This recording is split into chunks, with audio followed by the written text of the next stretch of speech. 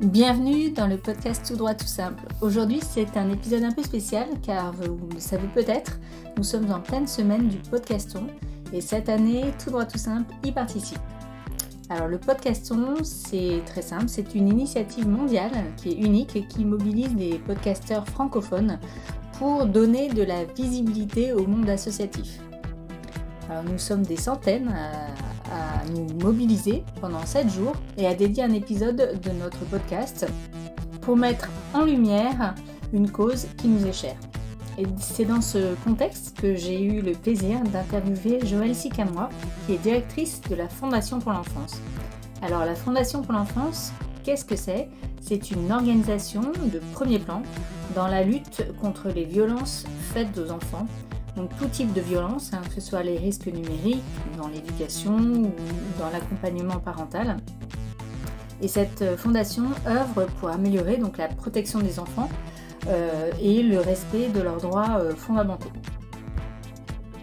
Personnellement, c'est un sujet qui me touche beaucoup et j'essaie à mon niveau d'œuvrer pour cette cause depuis maintenant 20 ans.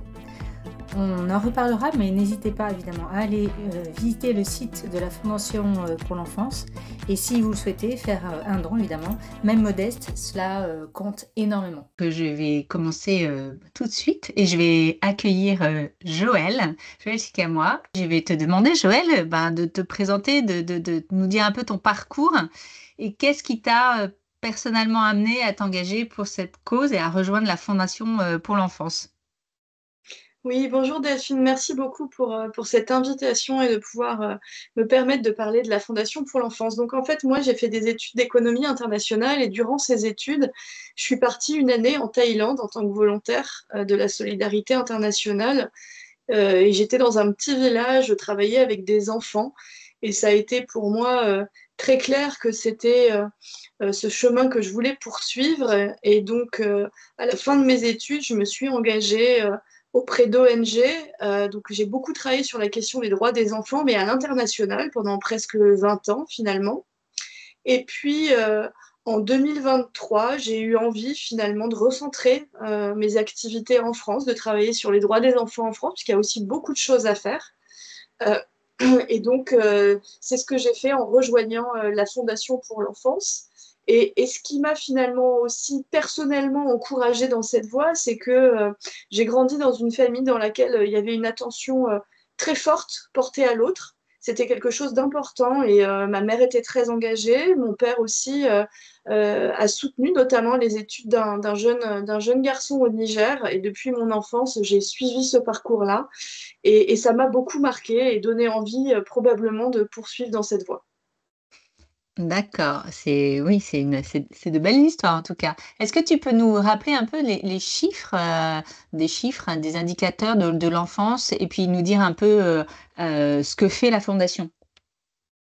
Oui, alors aujourd'hui, quand on parle violence faite aux enfants, les chiffres sont assez alarmants. Donc, on a 160 000 enfants par an qui sont victimes de violences sexuelles. On a 3 enfants par classe qui sont victimes d'inceste. En matière de harcèlement, on en a beaucoup parlé ces derniers temps.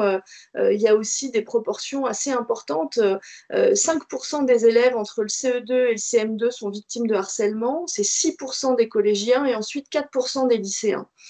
Et puis un dernier chiffre aussi concernant les violences éducatives ordinaires. Lors d'un baromètre qu'on a mené l'année dernière avec l'IFOP, on a pu voir que 8 parents sur 10 disaient qu'ils utilisaient encore effectivement des violences éducatives ordinaires dans leur éducation quotidienne. Donc, à la Fondation pour l'enfance, on a cet ADN très fort de lutter contre les violences faites aux enfants, en fait, de chercher à protéger les enfants.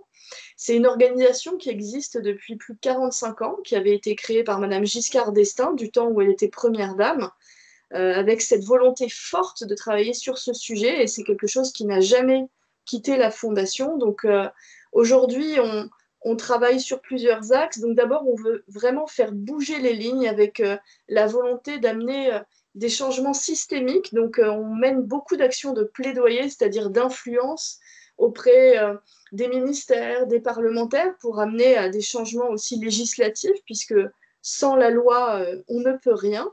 Et en parallèle de cela, on mène aussi des campagnes de prévention, de sensibilisation auprès des parents et des professionnels de l'enfance parce que la loi est nécessaire, mais si on n'a pas aussi de véritables changements de comportement de la société, eh bien on n'arrive pas non plus à faire évoluer les choses. Donc c'est important de faire évoluer les deux éléments. Et on travaille aussi dans un écosystème très fort d'associations, d'organisations de la société civile qui s'engagent sur la lutte contre les violences. Et donc, on fait partie d'un certain nombre de collectifs pour pouvoir porter des sujets communs parce qu'on est plus fort et qu'on aboutit à des changements plus facilement lorsqu'on arrive à avancer ensemble. Et peut-être un dernier point aussi, c'est que la Fondation pour l'enfance recherche beaucoup aussi l'innovation, c'est-à-dire cherche toujours à comprendre quels sont les nouveaux risques auxquels font face les enfants et leurs familles, comment y répondre, et recherche des solutions qui peuvent être parfois très localisées, qu'on essaye de faire évoluer et qu'ensuite dont on peut favoriser l'essaimage.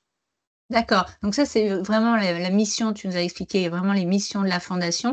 Et tu as parlé aussi d'influence. J'imagine que ça passe aussi par une influence politique.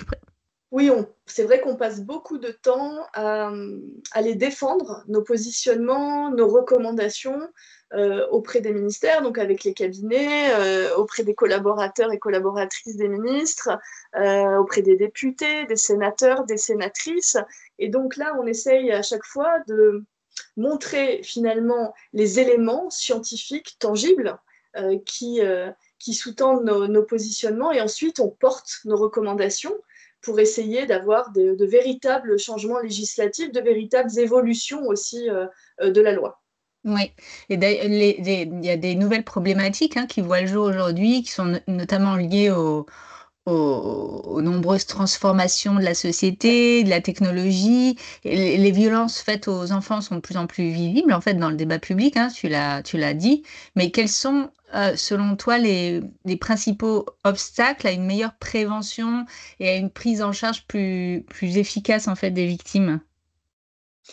Oui, alors aujourd'hui, c'est vrai que les nouveaux risques qu'on peut observer, ils sont aussi beaucoup liés au numérique et au développement de nouvelles technologies numériques, notamment par exemple l'intelligence artificielle. Et c'est un sujet sur lequel on travaille beaucoup puisqu'on vient de fournir un rapport qui fait état d'un certain nombre d'enjeux, qui propose des recommandations d'amélioration. C'est un rapport qu'on a travaillé pendant une année. Donc, effectivement, il y a énormément de choses à faire évoluer pour s'assurer de bien protéger les enfants.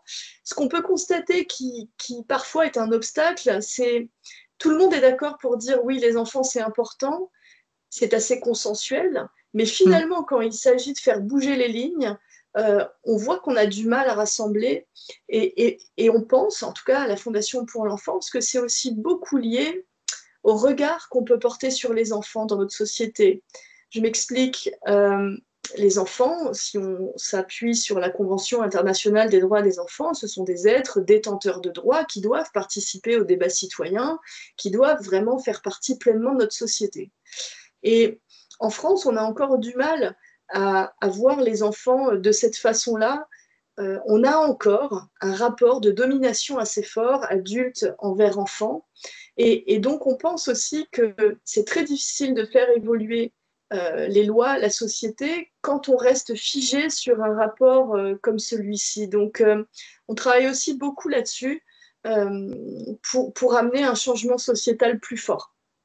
Et comment justement la Fondation agit pour sensibiliser le public, les institutions, les acteurs même de la justice pour une meilleure protection de l'enfant? Parce que est-ce que tu as des exemples d'actions ou de campagnes qui ont porté leurs fruits, quoi, qui ont marché? Oui, merci. Alors, ce qu'on peut constater, c'est que d'abord, il faut de la donnée. Mm. C'est-à-dire que pour faire bouger les lignes, il faut produire des éléments tangibles, voire scientifiques, pour pouvoir amener de véritables changements. Donc nous, on publie, c'est pour ça aussi qu'on publie des baromètres, parce que ça nous semble important d'appuyer nos discours, d'appuyer nos positionnements et du coup nos recommandations sur des éléments précis, Ouais, concret et des tangible, études, quoi. voilà, qui sont statistiquement inattaquables. C'est extrêmement Mm. important.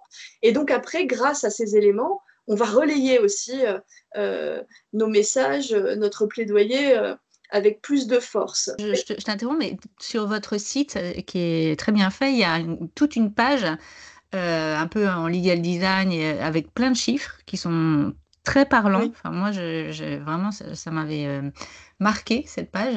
Je vous incite vraiment à aller voir parce que c'est des chiffres qui sont percutants et dont on n'a pas vraiment conscience. Quand on n'a pas les données en tête, on est moins enclin à croire quand on n'a pas effectivement de données. C'est ce dont tu parles tout à l'heure.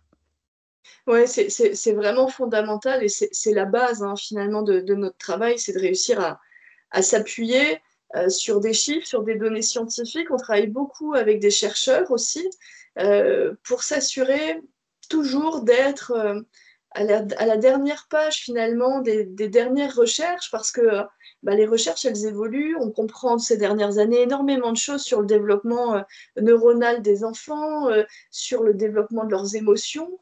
Et donc, c'est très important de toujours être à l'affût et d'essayer bah, voilà, de s'adapter aussi aux nouvelles recherches et aux découvertes qui sont faites.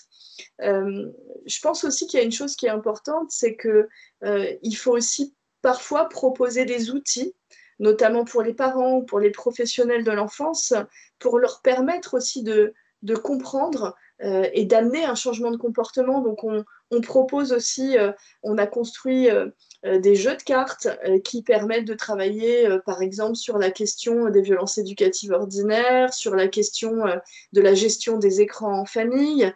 On vient de sortir là un jeu éducatif qui s'appelle Educati, qui est un jeu en ligne sur notre site internet et qui permet en fait de mettre en situation les parents, les grands-parents, enfin toute personne qui finalement s'occupe des enfants. Et on met en avant des situations de la vie quotidienne que quasiment tout le monde a vécu. L'enfant qui, tout à coup, dans le magasin, veut absolument acheter un jouet et qui, du coup, se roule par terre parce qu'il veut absolument ce jouet. Le frère et la sœur qui se bagarrent parce qu'ils veulent tous les deux la même trottinette. Enfin, des choses extrêmement connues et vécues dans la vie quotidienne. Et ce qu'on essaye de montrer, c'est il y a des alternatives à l'énervement, il y a des alternatives aux cris. Et ces alternatives, elles sont plus faciles à appliquer et à mettre en place quand on comprend pourquoi les enfants réagissent comme ils réagissent. Mm. Je m'explique, les enfants avant 5 ans ont un cerveau qui est absolument immature. Donc, ils ont beaucoup de difficultés à gérer leurs émotions. Vous ne voyez pas un enfant de 10 ans se rouler par terre. Hein. Donc, c'est bien lié à une évolution aussi, une capacité à gérer, à réguler ses émotions qui vient avec l'âge. Et donc, comme les enfants, les petits-enfants ne sont pas en capacité de réguler leurs émotions, eh bien, il y a toujours des trop-pleins qui font qu'effectivement, on vit des cris, des pleurs, des crises. Et une fois que le parent ou que l'éducateur comprend mieux finalement les besoins de l'enfant, comment il se développe, euh, ça permet de désamorcer un certain nombre de situations. Et ce qu'on a parfois pu observer, c'est que le réflexe des parents, finalement, c'est de transposer en fait la réaction d'un enfant à celle d'un adulte. Et donc de se dire, mais il est en train de se fiche de moi, il essaye de me manipuler, c'est un caprice. Alors qu'en fait, si on comprend qu'on ne s'adresse pas à un adulte, enfin, pas à un mini-adulte en face de nous, mais bien à un enfant, il n'est pas du tout en train de vous manipuler, il n'est pas du tout en train de faire un caprice. Il est simplement en incapacité de réussir à dépasser cette émotion. Et donc le rôle de l'adulte à ce moment-là, c'est pas de lui dire arrête, tais-toi, c'est d'essayer de l'accompagner, de dire voilà, je comprends, c'est difficile, tu as besoin d'exprimer un certain nombre de choses et je vais t'aider, je vais t'aider. Et au fur et à mesure, ça va devenir des enfants qui vont être en capacité de vraiment beaucoup mieux comprendre leurs propres émotions, comprendre les émotions des autres, et ça va donner des adultes qui vont s'insérer dans une société avec beaucoup plus d'empathie et probablement aussi une capacité à vivre en société, à vivre en collectif facilitée. Oui, et tu as parlé de sensibiliser les parents, les grands-parents, enfin l'entourage, mais il y a aussi effectivement les tiers, parce que on en avait parlé un peu ensemble, mais c'est vrai, comment réagir face à une situation où effectivement il y a un enfant qui peut faire une crise. Et la réaction parfois violente en fait du parent. Et toi, tu es tiers, tu vois ça, et c'est très difficile d'intervenir, de dire quelque chose alors que l'enfant il est malmené. Et ça aussi, c'est des situations qu'on peut vivre, pas quotidiennement, mais parfois dans un magasin ou autre. Et c'est compliqué aussi pour les tierces personnes. Ouais, c'est vrai que ça rejoint vraiment ce que j'ai dit un petit peu plus tôt, c'est-à-dire que on a besoin quand même dans notre société de changer le regard qu'on porte sur l'enfant et son parent. Mm. C'est-à-dire, certes, l'enfant est sous la responsabilité et sous l'autorité parentale, donc il est sous cette responsabilité des parents ou du tuteur ou de l'éducateur, mais il n'appartient pas à ses parents et toute la collectivité, finalement, est responsable aussi du bien-être de ses enfants, d'un enfant. Et donc, en fait, c'est vrai que je pense que n'importe qui, tout le monde a été témoin un jour dans un magasin d'un parent qui perd patience, qui s'énerve et qui parfois même en va jusqu'à donner une fessée ou une gifle à son enfant. Alors, il faut quand même rappeler que la gifle, la fessée, ce sont des gestes interdits hein, depuis juillet 2019. Hein. Il y a une loi qui a été promulguée et donc là, c'est important dans ces moments-là de réussir à pouvoir intervenir. Alors oui, c'est très difficile parce que bien souvent, le parent va envoyer la personne paître en lui disant ça ne vous regarde pas, c'est mon enfant. Bah, on peut quand même répondre dans ces cas-là, écoutez, oui, c'est votre enfant, mais néanmoins, ce que vous faites là, c'est violent et s'il vous plaît, arrêtez. D'abord, ça montre à l'enfant que les adultes ne ferment pas les yeux, que les adultes peuvent être aussi protecteurs dans ces moments-là, donc c'est quelque chose d'important. Et puis, au-delà de ça, je pense que c'est important aussi dans les magasins que finalement, on redonne de l'espace aux enfants. Un enfant petit, notamment dans un magasin, c'est normal qu'il court, c'est normal qu'il s'énerve, c'est normal qu'il puisse crier. C'est long, c'est pas très intéressant, il s'ennuie un peu. Donc, il faut redonner cet espace aux enfants et qu'on accepte collectivement, bah oui, un enfant, ça fait du bruit. Eh bien oui, un enfant, ça va être un peu chahuteur et ne pas donner de regard déjà négatif aux parents va peut-être donner aux parents le calme nécessaire ou l'apaisement nécessaire pour ne pas s'énerver.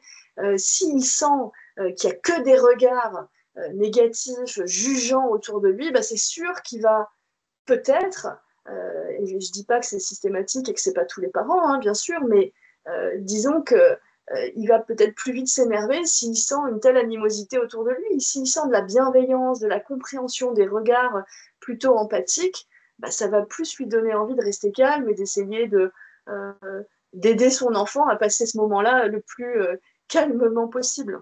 Oui, oui, ça c'est vécu aussi beaucoup dans les transports, les trains, les avions.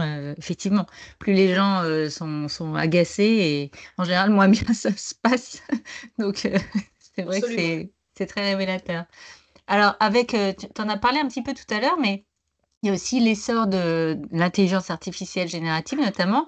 Il y a des nouveaux usages particulièrement graves, hein, comme la création de contenus pédocriminels, par exemple, qui se multiplient et qui brouillent en fait la frontière entre réel, virtuel. Il y a les sextortions, les grooming, enfin bon, il y a toutes ces pratiques qui sont facilitées et amplifiées par cette technologie.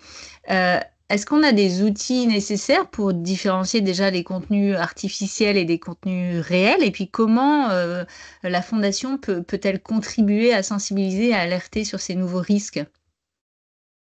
Oui, alors la question de l'intelligence artificielle, c'est vrai qu'elle vient multiplier et vraiment développer le niveau de risque et elle apporte aussi énormément de complexité. C'est-à-dire que aujourd'hui, pour les enquêteurs, c'est extrêmement difficile de dissocier des vrais contenus, enfin des contenus réels, de contenus produits par l'intelligence artificielle. Donc, non seulement le nombre de contenus va exploser parce qu'ils vont être très faciles et de plus en plus faciles à produire et à diffuser, mais en plus, la capacité à détecter la réalité de l'intelligence artificielle, elle aussi se complexifie. Donc, dans le rapport qu'on a sorti là, fin octobre au Sénat, une des recommandations qu'on porte, c'est d'encourager véritablement le secteur privé à développer aussi, à déployer des outils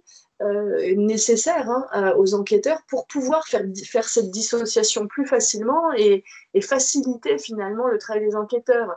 Parce qu'en fait, tout le temps qu'ils vont passer à essayer de voir si l'enfant qui est représenté sur l'image ou sur la vidéo est réel ou pas, eh bien c'est du temps qu'ils ne vont pas passer à aller chercher l'enfant réel qui est sur une autre vidéo et qui, lui, a véritablement besoin que physiquement on vienne le mettre en sécurité le plus vite possible. Donc il y a un enjeu extrêmement important.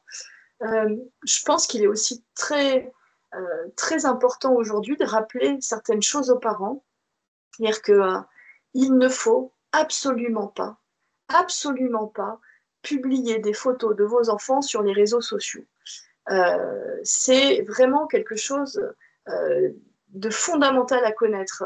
Même la photo la plus innocente possible de votre enfant va ou peut être détournée par un pédocriminel, par un prédateur qui va utiliser un outil de déshabillage et qui va en 2 secondes rendre une photo innocente en une photo absolument indigne de l'enfant. Il va être nu, il va être mis dans des positions très délicates. Donc, vraiment, c'est un message qu'il faut absolument faire passer. Et non seulement votre enfant peut être utilisé à des fins de pédocriminalité directe, mais en plus, l'image de votre enfant peut être utilisée pour permettre à des modèles de créer des images virtuelles. C'est-à-dire qu'en fait, le modèle, il va se nourrir des images réelles. Donc, il va avoir plein de photos de petits-enfants, critères, cheveux marrons, yeux verts. Et en fait, toutes les photos qu'il aura réussi à rentrer, en fait, vont lui permettre de s'entraîner pour créer après des contenus nouveaux. Donc, il y a vraiment le double impact. C'est vraiment extrêmement important de rappeler ça aujourd'hui. Il y a un risque.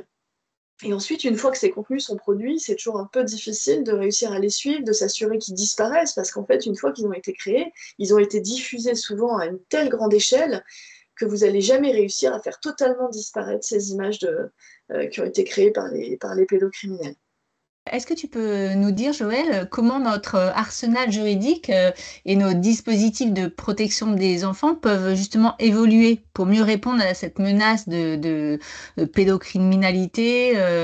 Comment est-ce qu'on peut faire? Est-ce que j'ai entendu aussi parler du Safety by Design for Generative AI, des géants de la tech, là. Est-ce que tu peux nous dire quelques mots là-dessus? Oui, alors c'est vrai que nous, on encourage beaucoup à ce que finalement les plateformes, les créateurs de contenu, les créateurs d'applications utilisent effectivement cette méthodologie Safety by Design parce qu'en fait, ça veut dire que dès qu'on crée un outil, dès qu'on crée une nouvelle technologie, on la passe à la moulinette de la protection des enfants, au filtre en fait de la protection des enfants pour essayer de réduire au maximum les risques sur les violences faites aux enfants, sur les droits des enfants. Et donc, en fait, déjà, si tous les outils étaient travaillés de cette façon-là en amont de leur diffusion et de leur sortie, ça réduirait considérablement le risque. Donc, nous, on encourage énormément cette pratique et on ne peut que saluer cette initiative des entreprises de la tech et ça suit. Maintenant, ce qu'on espère, c'est que ça va être diffusé de plus en plus et que la plupart des entreprises vont vraiment l'utiliser. Après, d'un point de vue législatif, c'est sûr que des nouvelles technologies, ça engendre généralement des trous dans la raquette dans notre code pénal. Donc, dans le rapport qu'on a sorti, on propose d'ailleurs des changements législatifs au code pénal pour, par exemple, ajouter dans un des articles du code pénal le fait on condamne également la création de contenu généré par l'intelligence artificielle, parce qu'aujourd'hui, c'est la diffusion qui est condamnée, et la création ne l'est pas. Donc ça nous semblait important, par exemple, de rajouter ça dans l'arsenal juridique. Et donc, on est très content là parce que on a donc sorti notre rapport le 29 octobre sous le parrainage d'un sénateur qui s'appelle Xavier Iacovelli. Et ce sénateur a déjà déposé une proposition de loi lors du 20 novembre, qui est la Journée internationale des droits des enfants, pour pouvoir amener ce changement au code pénal. Donc, oui, il faut toujours être attentif à ce que les nouveaux risques soient bien couverts par tout notre arsenal juridique et notamment notre code pénal. Est-ce qu'il y a une histoire, un moment, ou plusieurs d'ailleurs, qui incarne pour toi l'essence de la fondation et que tu aimerais partager? Bah, je pense que quand on a réussi à faire voter la loi contre les violences éducatives ordinaires en juillet 2019, alors même que c'était un sujet loin d'être consensuel dans notre société, d'ailleurs ça l'est toujours pas, pour nous ça a été une très grande victoire, une très belle avancée parce qu'encore une fois, je le redis, sans la loi on ne peut rien, et cette loi a la vertu d'être assez pédagogique. Donc c'est important pour nous, voilà, quand on vit ce genre de moment, parce que c'est pour ça qu'on se bat, et que voilà, c'est le genre de victoire qui nous donne envie de poursuivre et qui nous donne envie après d'aller plus loin. Et les projets, les projets sur 2025 et après, c'est quoi pour la fondation? Alors en 2025, on va réitérer notre baromètre numérique, par exemple, en ayant un focus assez fort sur les apprentissages numériques à l'école, pour donner un éclairage supplémentaire à nos baromètres habituels. Donc l'idée, c'est d'interroger les enseignants et les ATSEM pour voir quelle est leur perception de l'impact du numérique aussi sur les apprentissages des enfants. Ensuite, on va travailler, notre travail de recherche là, pour 2025, ça va être sur le regard que l'on porte sur l'enfant dans notre société, et avec une comparaison faite avec d'autres pays. Donc évidemment, il y aura des pays du Nord, mais il y aura aussi des pays d'Europe de l'Est, des pays d'Afrique, des pays d'Amérique latine, parce que ça nous semble important et intéressant de voir aussi comment les droits des enfants sont vus, sont traités dans d'autres pays, et trouver des pistes en fait pour amener des changements dans notre société. On travaille aussi sur une proposition de loi pour étendre la portée de la loi de juillet 2019 à tous les lieux de vie des enfants. Bon voilà, on a un agenda assez Chargé. chargé en 2025, mais néanmoins la situation l'impose.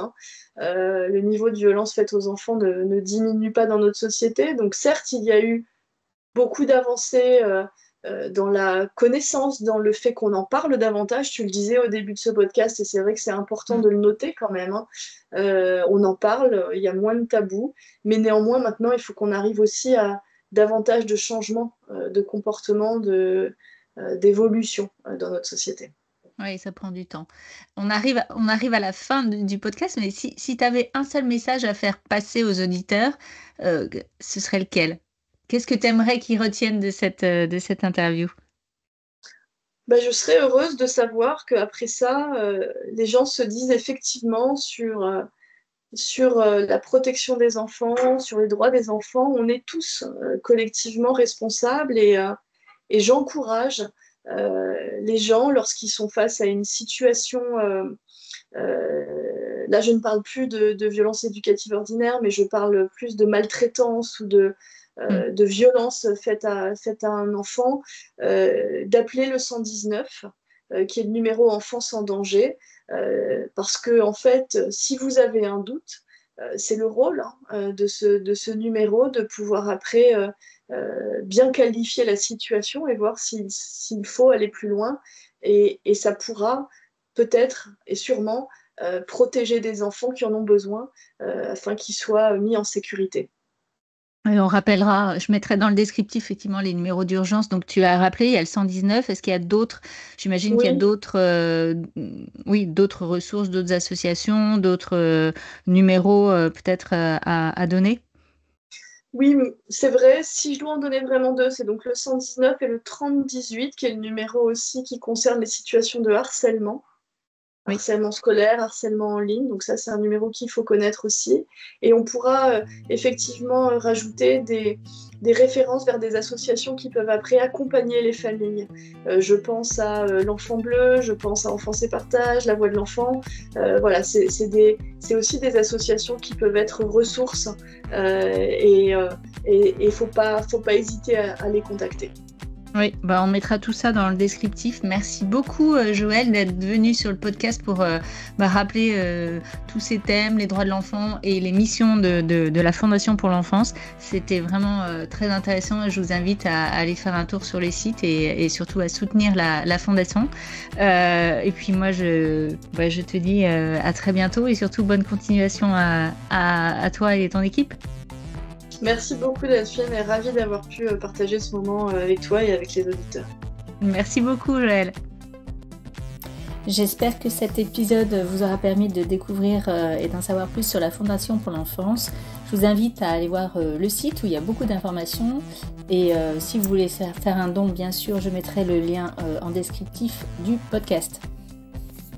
La Fondation pour l'enfance, je le répète, est une structure à but non lucratif française et qui mène tous ses projets en France. Bien sûr, elle agit contre toutes les formes de violence faites aux enfants, mais elle intervient aussi auprès des pouvoirs publics pour faire évoluer les choses et soutenir des projets innovants. Merci pour vos nombreux soutiens et n'oubliez pas de vous abonner et de suivre Tout droit tout simple sur LinkedIn. À très bientôt.